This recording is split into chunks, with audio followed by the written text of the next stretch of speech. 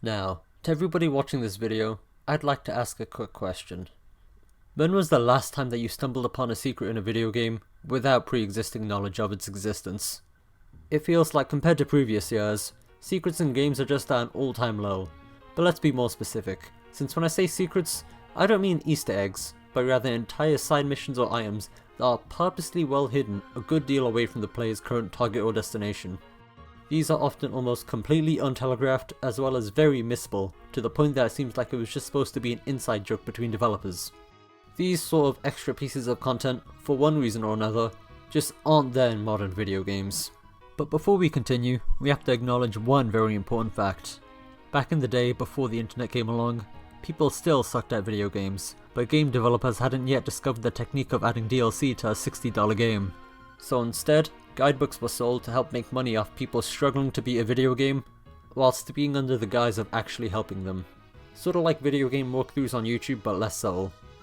In these guidebooks, you'd find advice and tips of varying quality for whatever game the guidebook was for, but it also contained many secrets for the game, as well as how to unlock side characters and whatnot.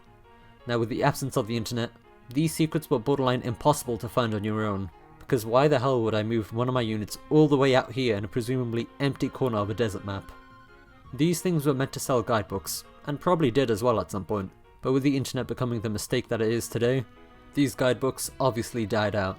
These secrets, whether the fruits of love and labour, or just game companies wanting your money, seemingly died down. After all, why are you gonna bother making it a secret if everyone's gonna find out anyway? Just make it part of the game at that point and stretch out the playtime. That way you can sell the game at a higher price, and you have to look no further than Fire Emblem to see this in effect, as no longer are there secret guidance chapters requiring you to complete oddly specific tasks, but now there's paralogs that are simply accessible from a menu. And as for the secret items and whatnot, just sell those as DLC. They're producible after the game is released, meaning that they're several times more effective at making a profit than selling guidebooks ever could be. And they can be falsely advertised as the developers going the extra mile to continue to support a game well past its release date. Well, you may think to yourself, not all game developers are money hungry.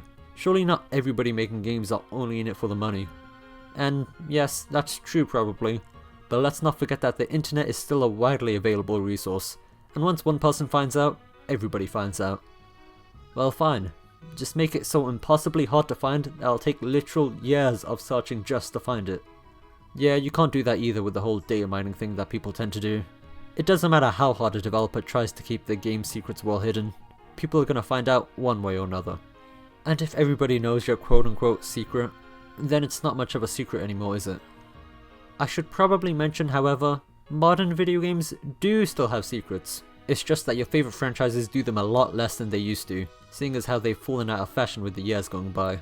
And in general, lots of secrets are exposed on day one, which kills the joy of finding them out for yourself, and may make you even forget that it was supposed to be a secret in the first place. But you can still experience these games and their secrets just like the good old days with one simple trick. It's called getting off the internet, you insolent doorknob.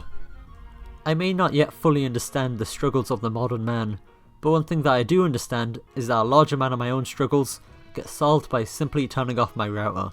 So, I'll just listen to my own advice and end the video here. Until next time.